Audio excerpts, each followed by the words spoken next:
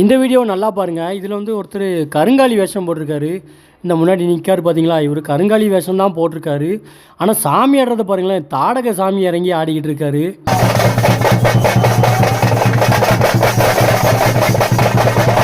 தாடகை மாதிரி ஆதாளிலாம் போட்டுட்டு தலையில் கையை வைக்கிறாரு, கொம்பை பிடிக்கிற மாதிரி.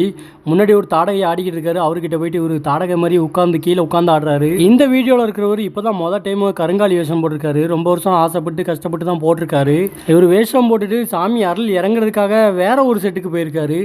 ஆக்சுவலாக ஒரு செட்டில் இருந்தோம்னா நம்ம ஒரே செட்டில் தான் இருக்கணும், வேறு செட்டுக்கு போகக்கூடாது. இவர் வேற ஒரு செட்டில் போயிட்டு சாமி இறக்குறதுக்காக நின்றுருக்காரு. அப்படி எப்படியோ மாறி இவருக்கு வந்து தாடகை இறங்க ஆரம்பிச்சிருச்சு. இந்த வீடியோவில் பார்த்தீங்கன்னாலே தெரியும், இவர் வந்து கொம்பை பிடிச்சிட்டு தலையில் கையை வச்சுட்டு தான் ரொம்ப சாமி ஆடுறாரு.